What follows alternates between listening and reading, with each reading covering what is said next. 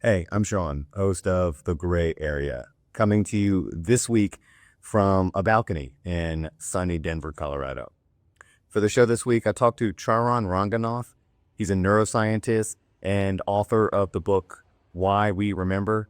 It's one of my favorite conversations we've had in a while. It's a terrific book about how memory works, why we remember what we remember, and why we forget what we forget, and how much of our memory is actually just us making stuff up, and how all of that shapes our identities as individuals and also really as societies. Anyway, it's terrific. I think you'll love it. I did. And I'll see you next week. Dr. Charan Ranganath, welcome to the show. Thanks for having me, Sean. It's a pleasure. It's been too long since we had a legit, full-blown scientist on the show. Lots of pressure there. Yeah, you got to carry the banner.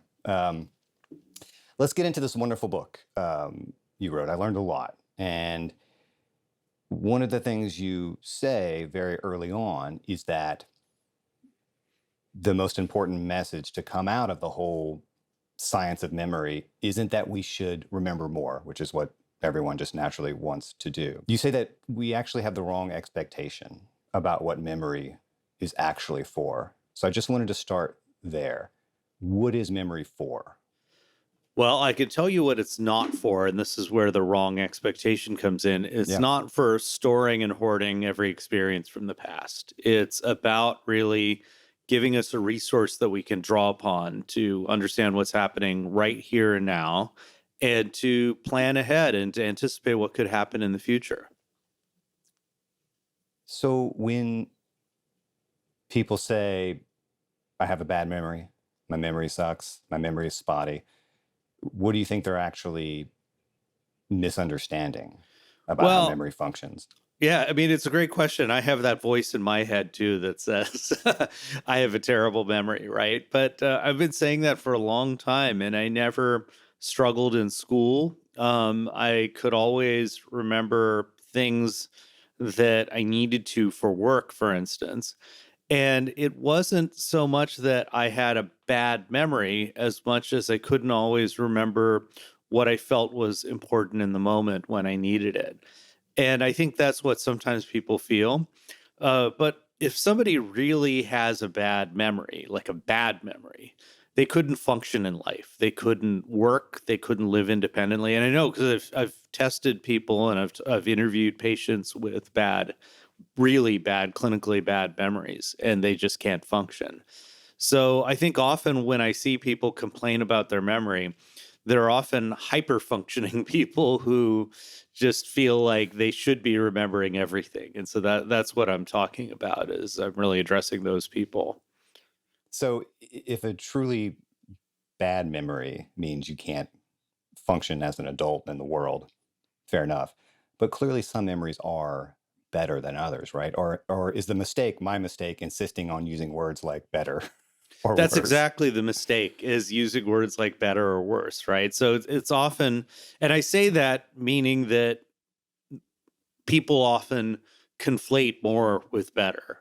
So here's a good example of this, right? So there's people who have what's called highly superior autobiographical memory. So these are people who can go back years into the past and recall from a particular date, like what they had for breakfast, or, who won a baseball game that day and what the score was, the weather that day.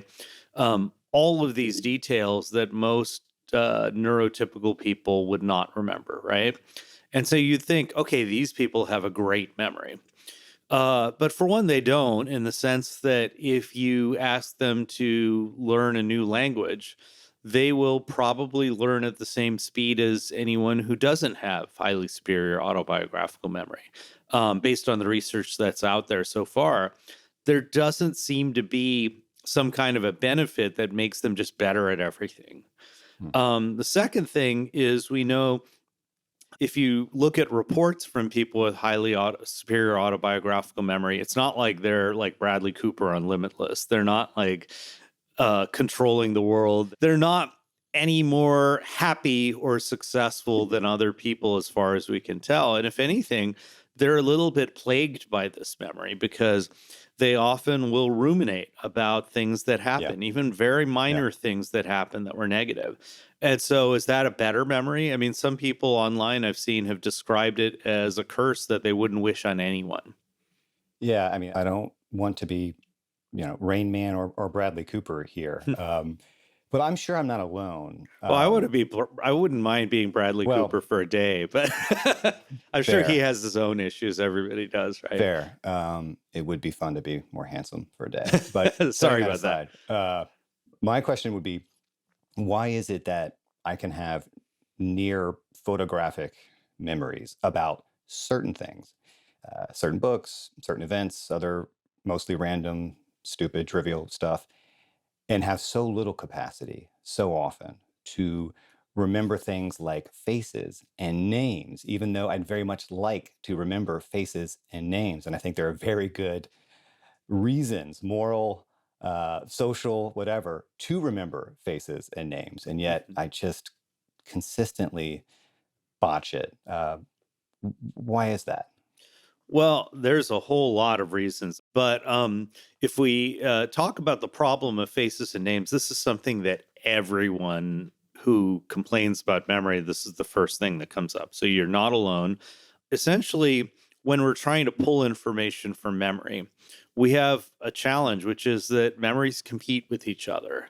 So any experience that we have, there's all sorts of competition for it. And just as an analogy, my desk right now, I'm trying to gather information for my taxes because I postponed them. And I spend a good amount of time trying to find things all the time, right? And so memory can be thought of in a very similar way, that when you have a lot of similar things cluttered around and not organized, you're going to have a lot of competition, a lot of trouble finding it. But if there was one thing that truly stood out here, like if I had a violin amidst all these other things, I would be able to find that pretty easily, right? So here's the problem now, getting back to faces and names, is we hear many, many similar names, sometimes the same name attached to multiple faces, right? And faces are exceptionally similar to one another. There's obviously your face is different from mine, but we both have two eyes, we have a nose, we have mouths. And even amongst, people we know well, there's often a lot of similarity. So now we have a real problem, is that we have a bunch of faces that kind of are similar to each other. There's a number of names that are similar to one another that we've seen in the past. And the association between a name and a face is just utterly ridiculous, right? I mean, there's nothing meaningful linking a name to a face. So if you met somebody whose name was Baker, hundreds of years ago, that would be easier because at least they were probably baking bread. And, or Smith would be the guy who's making your suit of armor or your swords or whatever, right? Yeah. And so now there's just no link between names and faces. There's nothing meaningful there. So that's why it's so hard. How differently does memory function at different stages of life? I think we all understand that memory declines as we get older, but there are certain kinds of memory that seem to hold up better than others as we age, right? What is the reason for that? Let's get into the different kinds of memory first of all. So there's many different kinds of memory. Memory researchers love to slice them and dice them in different ways. But one that I think is meaningful, especially when we talk about development, is the distinction between what's called semantic memory and episodic memory. And so semantic memory might be like, remembering something about, let's say, like a history lesson that you took when you were in high school, and remembering the facts about World War II, or being able to build knowledge about like computers or something like that, and that kind of expertise that you can build up. But episodic memory is the ability to link something to one particular moment in time, like a movie that you saw about World War II when you were on a strange date when you were in college or something, and for some reason you decided to see an old showing of Midway or whatever it is, right? Um, and those particular events that are unique to a place and a time are called episodic memories. And so when people say their memory gets worse as they get older, they're almost always talking about episodic memory. which is that people, when you get older, you find yourself more forgetful, misplacing things, and not being able to remember where they were, or not being able to remember faces and names. Semantic memory actually remains solid and even kind of improves a little bit as people get older. That knowledge about the world, it's not like when you're 70, you lose knowledge about all the things that you've learned, all that wisdom, so to speak, right? So, what you do lose, though, is the ability to pull up those facts sometimes. And so you'll end up being like, I know the name of that actor, but I can't get it. It's that guy who's in that thing. And that happens a lot too. And that's not a issue of losing the memory or not being able to form semantic memories as much as it is a problem of not being able to pull up that information. And that has to do with something else altogether, which we call executive function. And in fact, that's actually probably one of the biggest reasons why episodic memory gets worse as you get older, is you lose that ability to regulate your attention, that ability to pull up strategies, that ability to kind of like not just make memories, but make memories useful. And that's related to the functions of an area called the prefrontal cortex. And the prefrontal cortex's function starts to decline pretty much from the age of 30, and it's a gradual decline in most people that continues throughout the lifespan. I'm on the wrong side of that. Yeah, me too. I always tell people the biggest memory hack I can give is to tell people, what do you want? Ask yourself, what do I want to remember in the first place? What's the important thing that I need to take away from this? If you came in to a cocktail party and you knew you wanted to be a good person and get to know the names of all the people you meet and remember them, then start with that intention. Most people think that they'll get the memories for free, and that's just wrong. There are studies showing that the happiness and satisfaction we get from the outcomes of our decisions do not come as you might expect from what we actually experienced, but rather it comes from what we remember. That seems like a pretty significant finding. What is the explanation for that? Well, memory really is so transient. And what I mean by this is that we don't forget everything, right? But we forget many of the details very, very quickly. Some of the earliest studies of memory showed that, in fact, within about 1 hour of memorizing things, that you would lose about 60% of what you tried to memorize. Wow. Now, think about that. That's like 60% of the details of your experiencing self at this moment gone in an hour, right? Now, that doesn't mean that you don't remember anything, but Danny Kahneman, who won the Nobel Prize in economics, he has actually said a lot of smart things about memory. Like, he just said smart things about a lot of things, but one was memory, where he said people generally remember the beginnings and the endings and the highs and the lows. And that, in some ways, is the important stuff that you need for making a decision, not necessarily every bit of experience. One takeaway for me here is that the stories we tell ourselves, the narratives that make up our memory, really matter in terms of our well-being. And that would seem to mean that we could gain more happiness in life by deliberately focusing on the right things, by trying to remember the right things. I think that was a Control we have. beautiful way of putting it. I like to say that memory is more like a painting than a photograph. There's a famous painting by Van Gogh of this French church, and I like to show this sometimes when I'm talking to people, and people will immediately recognize the painting as one of the church, right? But it by no means is exactly like the church that's there. I mean, there's a lot of stuff that's could be thought of as missing or distorted relative to what's in the church itself, what it looks like. But there's a lot that's just his perspective that's in there. And that's what makes a painting beautiful in some ways, is stuff that's neither accurate nor inaccurate, but it's just how the person sees the world. He painted it at night. You could have just as easily painted it in the morning. You could paint it from a different point of view.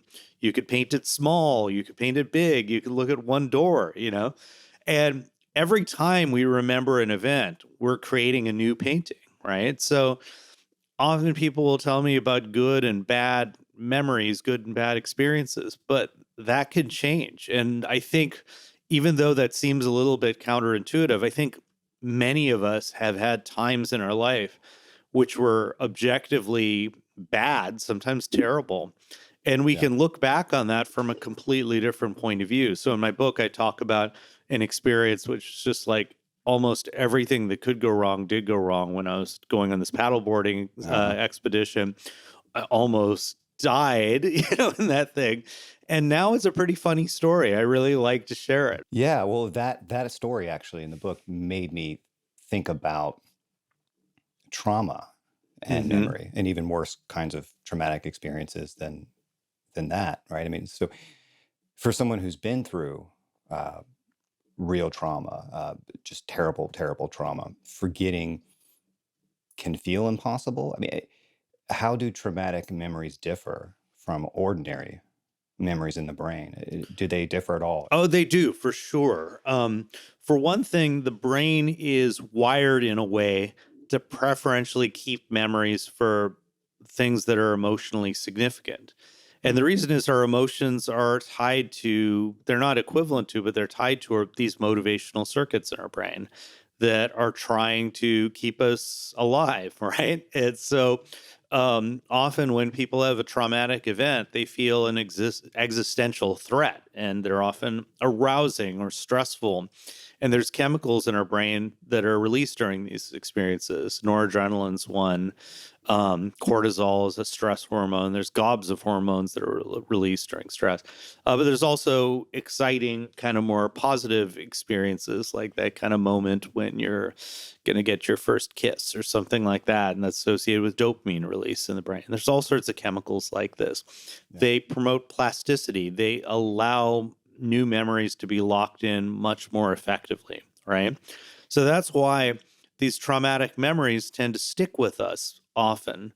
But what's interesting about it is we've studied some stressful memories and some emotionally significant memories, not in ways that are remotely like something that a trauma a survivor really experiences.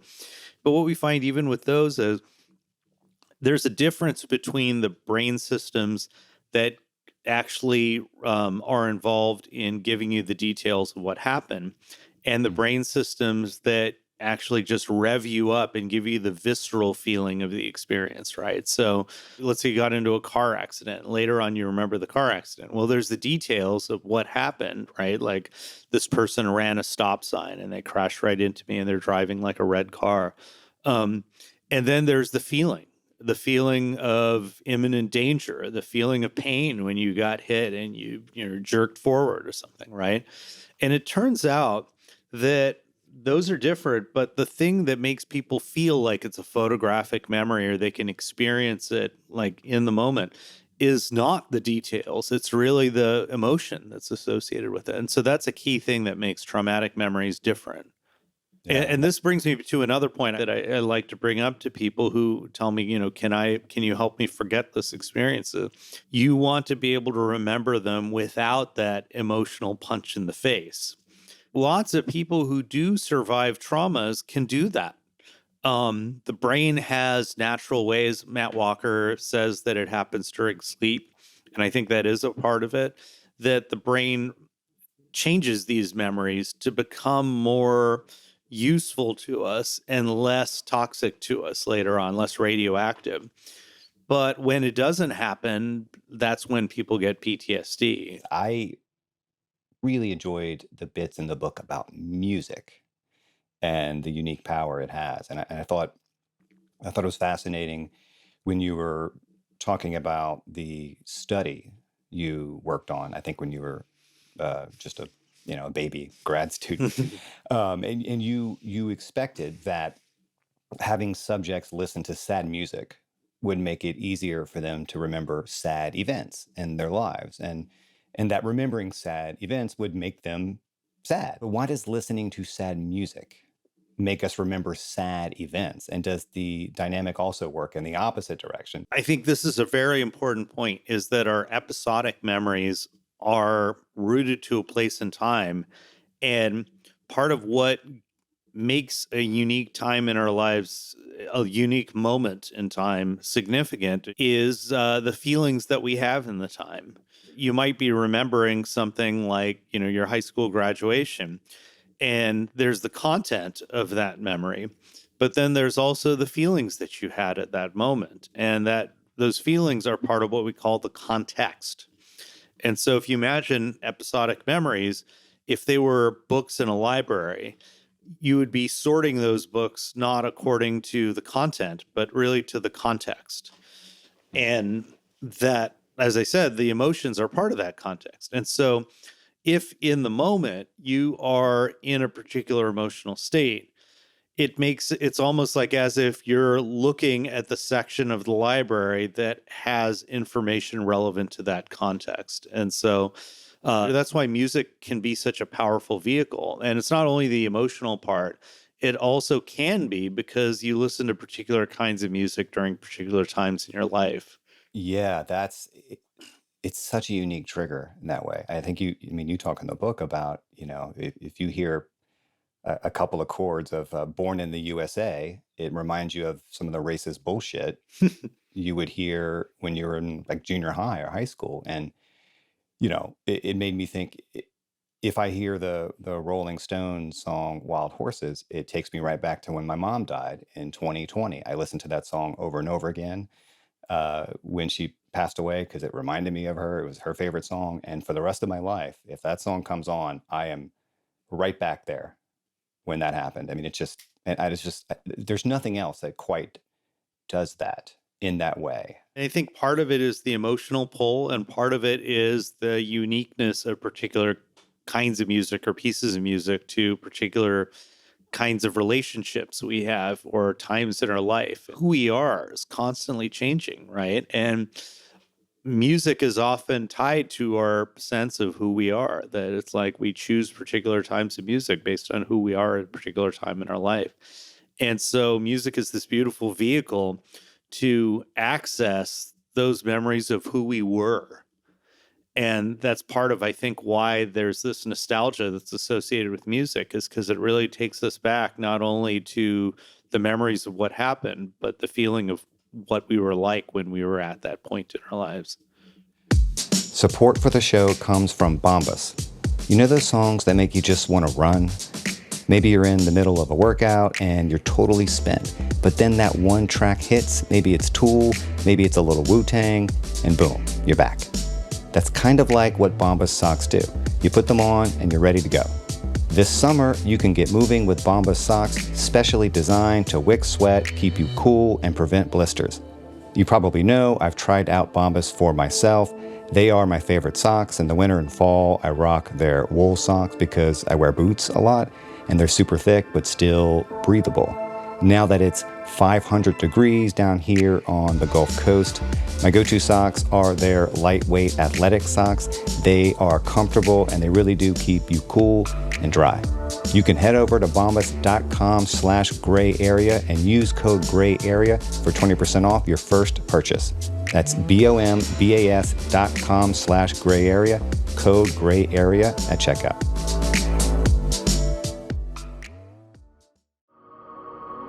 Support for the show comes from Shopify. When you're starting a new business, it can feel like you're expected to do it all: marketing, design, and everything in between, even if you've never done half of it before. What you really need is a tool that helps you reach your goals without having to master every skill yourself. For millions of businesses, that tool is Shopify. Their design studio lets you build a beautiful online store that matches your brand style, letting you choose from hundreds of ready-to-use templates. You can also set up your content creation by using their helpful host of AI tools. And you can even create email and social media campaigns with ease and meet your customers wherever they're scrolling or strolling. See why Shopify is the commerce platform behind millions of businesses around the world. If you're ready to sell, you can be ready with Shopify. You can turn your big business idea into a reality with Shopify on your side. You can sign up for your $1 per month trial period and start selling today at shopify.com/Vox. Go to shopify.com/Vox. Shopify.com/Vox.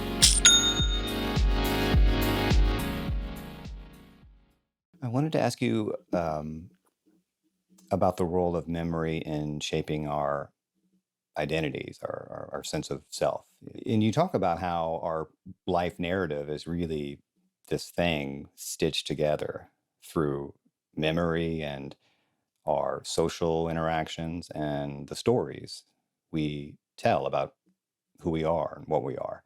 My question is, why do we need these stories in the first place? I mean, is the self, or whatever we call the self, just a memory system holding a story together? In some ways, yes, I think so. In fact, there are people who talk in my field about the self memory system. In the book, if there's one thing I'm guilty of, is avoiding some of the hard questions about consciousness and the self. Yeah, smart man. Yeah, that was just a little bit of a cop out. I totally admit that. But I think you're onto something. And I think that it's like we have. So I talk in the book about schemas as a very powerful way in which we can learn. So schemas, for instance, could be something as simple as I know what happens during a basketball game. I know what happens during a wedding. So these particular kinds of events, we have blueprints in our head about things that are almost certain to happen, things that could happen, and things that won't happen, right? And that helps us orient ourselves towards the unique aspects of what you're trying to remember at any given time. But we also have those ideas about ourself called a self schema. And I think this is important because a big part of imagination and planning is understanding a little bit about who we are and why we do things. We don't just remember the past in terms of like regurgitating a bunch of details. When we're really remembering events, we stitch it into causes and effects. And that's really important because if something is not a cause or an effect, it's kind of window dressing, right?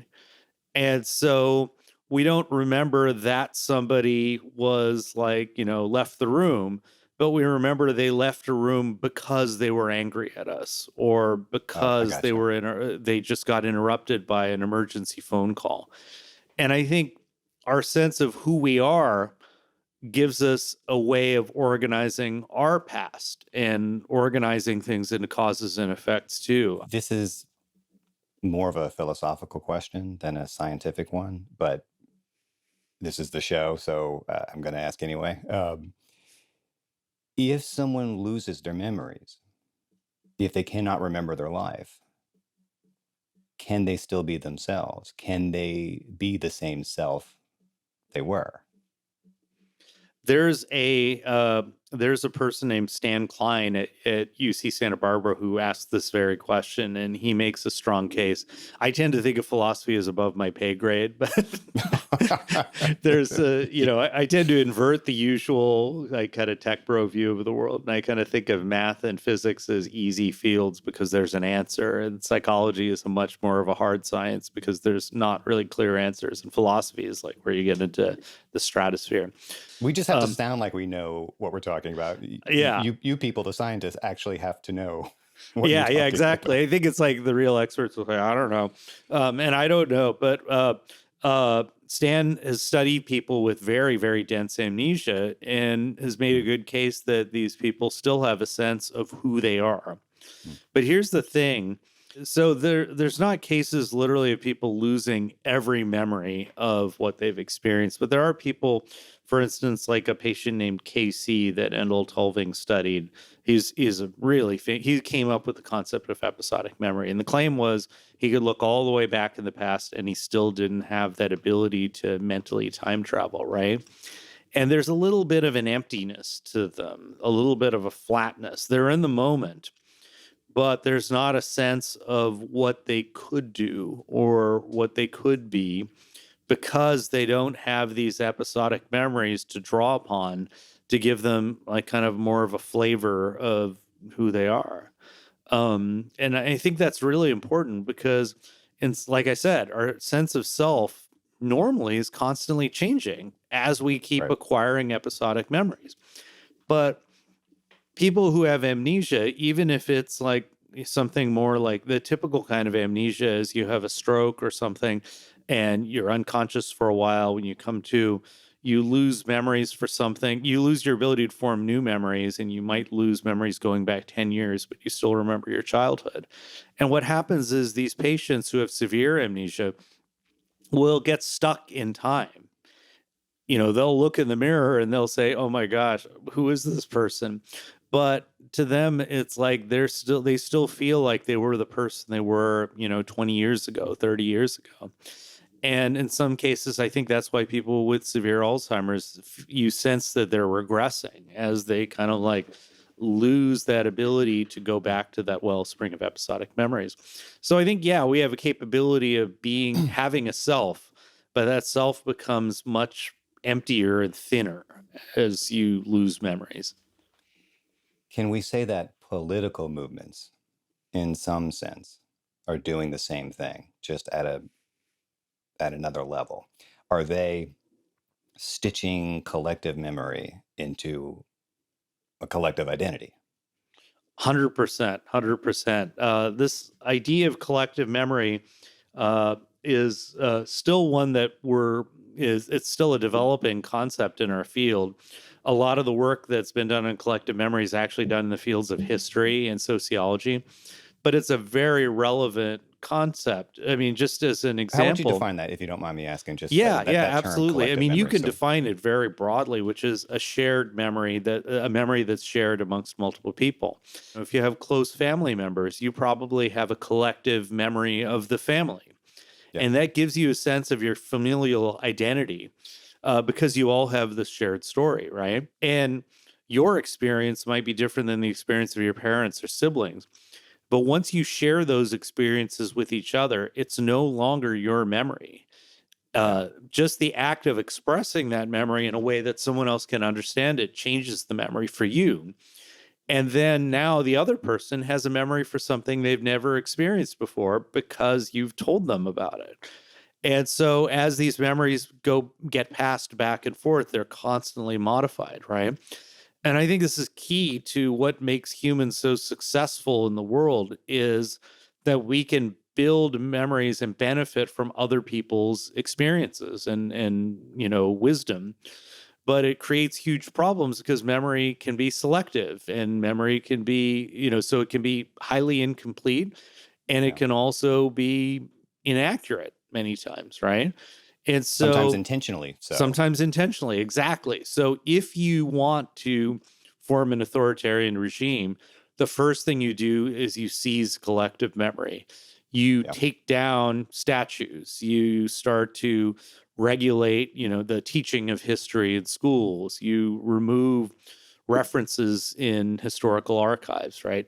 Almost any authoritarian regime, this is part of the playbook. And I think it's a powerful one because once you start to shape that narrative, just like people have narratives of I'm terrible at math or I'm like a failure in life, and those are often rooted in a particular interpretation of your past. If you can enforce most people to have a particular view of their nation's past, that's going to shape their sense of what it means to be a member of that nation or that Yeah. society. The relationship between individual memory and collective memory, or between individual identity and collective identity, is so fascinating to me. I mean, how much of our sense of self is determined or shaped by our social or tribal affiliations? I imagine the relationship here is pretty damn complicated, but there has to be a relationship there. There's absolutely a relationship, and it's a two-way relationship. Yeah, talk about So that. a lot of the research shows that on the one hand, you develop your sense of tribal affiliations or familial relationships through these kind of collective memories that you have, but also you're able to connect with other people if you have shared collective memories and you view those memories in a similar light. And so what I mean by that is, if you're in England and you support, say, the Tottenham Spurs or something like that, you can meet someone anywhere. And once you start talking about the same game, they will become friends, right? Here in the US, it would be like an American football team or a baseball team, same thing, right? Or let's say you both have similar political views and you both saw the same debate or something like that. Just sharing those collective memories can make you feel more connected with that person. Oh, I grew up in the South. That's where I am now, and like college football is sort of our thing. It's a religion, Mm-hmm. but it is people who didn't grow up in that don't quite understand it at this level. What kind of shared cultural language it is. I mean, it is that shared memory. Really is. You meet someone, they got on an LSU Tigers shirt, and before you know it, you're having a conversation about, oh no, I went there when I was 5, the Auburn game. Could you believe? I mean, Mm-hmm. it has this way of stitching together a history and a community in a way that very few things can. But it is that shared cultural language and history that's like the container for the community, really. Yeah, it's beautiful in many ways and it's toxic in many ways, right? Yeah, oh It's yeah. like, No. That's where I was going next. yeah. But I mean, it's both because you see someone else with an LSU Tigers shirt, and now you feel like you've got a bond with them, and that's a really good thing. Yeah. But then you're both watching an LSU Tigers game and you talk to each other, and you'll remember the game based on your love for the LSU Tigers, and you'll go, yeah, the ref totally blew that call, and you might forget a really good play that was made by the other team. And the other person reinforces that story, and you build a collective memory that's more selective and more distorted than it would be had you never talked to each other. And that's the downside of collective memory is if we're not careful, if we don't surround ourselves by a lot of checks and balances, what happens is we can develop very impoverished and inaccurate collective memories. And we're very susceptible to misinformation because we like misinformation if it comes in a flavor that we already like. And we're much more likely to take it in and digest it. Yeah. Now, this is the challenge, or one of the challenge that comes from the fact that memory itself is so constructed and slippery in this way. I mean, even in the book, you talk a bit about how as we grow more segregated politically, culturally, we end up with just totally different memories of the same events and therefore different realities. And if memory is reconstructive in the ways you're talking about, and we are moving more and more into a world that's segregated informationally, does that seem like a massive political problem to you? I mean, I've argued that it's just straight up unsustainable, but it's also possible that I'm being dramatic. So I put it to you. I think this is one of the biggest threats we have in the present day, and one of the biggest dangers that I foresee as, technologies like AI become more and more powerful is, and maybe I'm looking at this from too much of a personal lens and too much of a, often we kind of look at things like now as somehow special, right? But I do feel like I've never lived in a time where it's so easy for people to just believe what makes them happy, right? We used to all have shared news sources and shared sources of information and expertise that, they could tell us things that we didn't like smoking is unhealthy. And even if we didn't like that, we sort of had to believe it because we were all, because we had news sources that fact checked and we had experts who we trusted. And experts aren't always right, and news sources are definitely not always right. And, news can be a selective lens on collective memory. But now we have so many sources of information. And the thing that I've done a lot of podcasts now, and it's been a fascinating experience for me because I hear, I remember going on one podcast and the person was talking about the legacy media is dead, and they're trying to go after podcasters because podcasters are telling it like it is and giving people these long form things. And the idea is somehow if we hear somebody talking for an hour and we just let them say whatever they want, that eventually people will figure out the truth, right? But that's not really how it works. What happens is people pick and choose what they will remember from all of Yeah. the podcasts they've listened to based on what they believe. That's how they're going to form that memory for all those things that they've been exposed to. And the more we allow misinformation to thrive, the more likely it is that people can just pick and choose what they get in a way that makes them feel good. I brought up this idea of causes as being really important, causes and effects.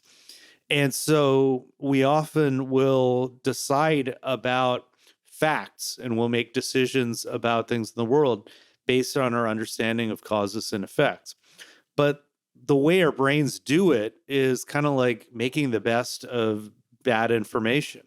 So, for instance, it's like if I were to hear about somebody who gets a shot and they, gets a vaccination and they developed a severe allergic reaction to it, they go into anaphylaxis, I will be more likely to think that that vaccine causes problems and is dangerous. But I'm not hearing the stories about a bunch of people who took the vaccine and didn't get sick. I'm not hearing them, and because that's not an event. That's not something that you can form a memory for. It's something that didn't happen. Hearing a statistic that 9 out of 10 people who took the shot didn't get COVID or whatever, that's not really going to produce a vivid memory that's going to influence you nearly as much as this vivid memory of somebody, even if it wasn't you, just somebody telling a story about this. Do we understand how malleable collective memory is? Is this something that can evolve pretty quickly? If I can tell myself a new story about myself that transforms how I experience the world or think about the world, and if you can do that as an individual, can a country do that? Can a community do that? Everything we know about collective memory, which is not a lot, but everything we know has really pointed to the idea that collective memory just magnifies the strengths and the weaknesses of individual memory. And so what I mean by that is we know that I can give people misinformation after an event has occurred. So Elizabeth Loftus did some really beautiful work on this, where she would show, a slideshow of this car accident, and then the car accident, like somebody might have run through like a stop sign, and she'll say, how fast was it going when it passed the yield sign? And later on, people might be more likely to remember that there was a yield sign there instead of a stop sign, right? Those are effects that you can find in the lab for fairly mundane kind of pieces of information. But now you're in a group of people and you're remembering that, and one person remembers something wrong, especially if that person has kind of a position of status. They're a little bit higher status and they talk more. Which we can all think of what kinds of groups tend to do this, right? Mansplaining things and so forth. Yeah. Those people will have an undue influence on how people remember the event later on. And that misinformation can really thrive they talk about it as a social contagion because it spreads like a virus. So that selectivity and that malleability of memory that we have as individuals, even for fairly mundane experiences, tends to just magnify in groups. But of course, you also have the power of belief, and the beliefs are this kind of filter that affects what kind of memories we can pull up and what kind of memories we haven't. What's the causal direction here, right? I mean, do we have memories and then we form beliefs on the basis of those memories, or do we choose beliefs and then selectively arrange our memories so as to validate those beliefs? My sense is yes. That is Thank you, that doctor. it's like we build our beliefs based on partly we build our beliefs based on memories for things that we've learned, but I think also based on things that we've done. There's a literature on what's called cognitive dissonance that's very old. And in the cognitive dissonance studies, they used to have people write essays on things that they didn't actually believe that went against their beliefs. And then later on, they would their beliefs would change to accommodate what they did. It's kind of like the tail wagging the dog, right? Wow. And so that memory for what we've done and what we've heard off, or, what loved ones, people we like and care about have done, will often have a pull on what we believe later on. But of course, what we believe will affect the kinds of memories we can access and the way we remember them, right? So, just at the simplest level, people tend to remember positive events more from their lives than negative events. But more importantly, when they reconstruct them, they tend to remember them more positively, and they tend to remember themselves more positively. And that can be good in some ways, but it can also mean that you tend to think that you're better than you really are, right? And so now you magnify that to your social group, and you pull up collective memories about, the past based on your beliefs, and then you construct a narrative out of it. And maybe that narrative is that our people are great. Maybe that narrative is we used to be great and now we're terrible. We need to be great again. Support for this show comes from Mint Mobile. You know what feels great? Saying yes to saying no. When both the bachelorette party and the wedding are destinations, you can say yes to saying no. When the event starts after 10 p.m. on a Tuesday, that's a yes for a no. And maybe most importantly, if you're still overpaying for wireless, no. At Mint Mobile, their favorite word is no. No contracts, no monthly bills, no overages, no hidden fees. Ditch overpriced wireless and their jaw-dropping monthly bills, unexpected overages, and hidden fees. Plans start at $15 a month at Mint. All plans come with high-speed data and unlimited talk and text delivered on the nation's largest 5G network. Use your own phone with any Mint Mobile plan and bring your phone number, along with all your existing contacts. Ready to say yes to saying no? Make the switch at mintmobile.com/gray area. That's mintmobile.com/gray area. Upfront payment of $45 required, equivalent to $15 a month. Limited time new customer offer for first 3 months only.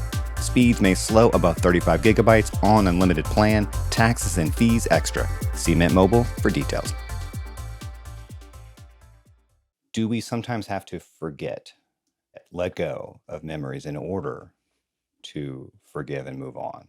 Or is there another way to do that? I'm really asking about this at both the individual and the social level. We're talking about politics and tribal identities and shared memories. Do you think, even at the level of society, that sometimes we need to forget in order to move forward? Or is the price of that kind of amnesia too high? And I'm thinking of something like, truth and reconciliation Yes. commissions, right? Yeah. Or even the battles we have in this country over our history. I mean, I've always believed that we have to confront the truth of our past before we can move beyond it. But I guess I can also understand how someone might say, well, if we're constantly litigating the past and remembering the past, we'll be stuck there forever. Yeah. And I think the answer is somewhere in between based on what we know right now. And again, there's serious limits to what we know. But I had a whole section in my book that I wrote at one point on truth and reconciliation and restorative justice and memory. And I had to delete it because, my editor said this is just too controversial and Oh, really? not necessarily substantive enough. And I think they were right that the substance was a little bit low in terms of the science. But it's a very controversial topic. You can look at South Africa as a great example of this, where and this comes back to what we talked about before with trauma. And this idea that you don't want to forget, but you want to remember it in a way that's not radioactive. And so a friend of mine named Felipe de Brigard at Duke is doing this beautiful, beautiful project called the Memory and Forgiveness Project. And he's both a philosopher and a cognitive neuroscientist. And so he grew up in Colombia. And the time he grew up in was just really tumultuous. There were all these paramilitary groups and government crackdowns and insurgencies and so forth. And just many people were killed. The whole country is still traumatized from this, He has experiences of, harrowing, things, he had a pretty privileged life compared to a lot of people, but just all sorts of harrowing memories from him. So what he did was he decided to bring in people into communities and actually teach them about memory and forgiveness, and not tell them you have to forgive people, but just give them the information and see what they do with it. And so the jury's out. We don't know. But what I love from this is he has this quote from somebody named Celia Cruz. And the quote is, "Forgiving is not forgetting. Forgiving is remembering without pain." Hmm. And I think this is crucial because often you have experiences like the Truth Commission in South Africa. And I think where it might have been really making things worse for people, or at least that's what some people have reported, is they often felt like it was just regurgitating the past, but not processing it. And people can find this in psychotherapy too, where you can have therapists who just dig and dig and dig for trauma, but they don't do much to kind of actually, the assumption is always the truth will set you free. And if you remember something that's traumatic, somehow you'll just be free of the psychopathology. And that's not at all true. I mean, we've talked about, remembering something horrible makes you feel horrible, right? So unless you work to change the way you think about the past, it's going to be just kind of like re-traumatizing people over and over again. And I think that's where forgiveness comes in. Is forgiveness is changing the way you look at the past, not changing the memories of what happened per se, but changing your relationship with them. What about self-forgiveness for someone who is stuck in the past, or cannot help but ruminate over what they did wrong, what they could have done, mistakes that were made, etc., and can't forgive themselves and sort of move on? What do you think about that? Do you have advice for people who are stuck in that way? Well, I mean, I'm one of those people, so it's really hard for me to give advice in the sense of like telling people confidently this is what you do. But ultimately, if we think of memory as this resource as opposed to this repository of absolute facts, right? Then you can take the same information from the past and make it useful or make it, counterproductive, right? I mean, the past is literally over. It does not exist anymore. At least, aside from physicists telling you something about quantum mechanics, the past doesn't exist anymore. Therefore, it's almost like as if it's not real. All we're living in is the present moment. So, to the extent that we have this ability to call on the past, the question is, what do we do with that, right? If we see that past as being something that's an absolute marker of who we are and what we're capable of, that's not going to be productive. But you can look at the past in a different way, right? I mean, I talk about in the book, just at a very minor level, that giving yourself the opportunity to make mistakes is the most powerful way to learn, right? And self-forgiveness in some ways is really about seeing the things that you've done that were theoretically wrong and learning from them. And so, like, yeah, you can always look at mistakes you've made and see them as learning experiences, as part of what it takes to, learn and grow. Or you can see them as, markers of how bad you are and how incompetent you are. And obviously, one's more productive than the other. I'm still beating myself up for stupid shit I did in junior high, so Yeah, I junior may be a high. lost cause. Yeah, middle school for me was like being in a state prison. So I definitely get that idea. Is there anything else you want to say, or any advice you want to offer to anyone listening before we ride off into the sunset? The point that I really want people to get, and I have to hammer this home over and over again, is memory's not free, memory's not easy, and memory's not absolute. And so the first thing you have to do is set an intention to what really is important for you to remember, whether it's going on a family trip and, deciding, do I want to take movies all the time or do I want to be there and experience it? Or being at a party and trying to memorize people's names. It's all, the same kind of thing, which is that your intention will change what you remember and how you remember it for the better. Once again, the book is called Why We Remember. It's fantastic, as was this conversation. Thank you. Thanks a lot for having me. It's been a lot of fun.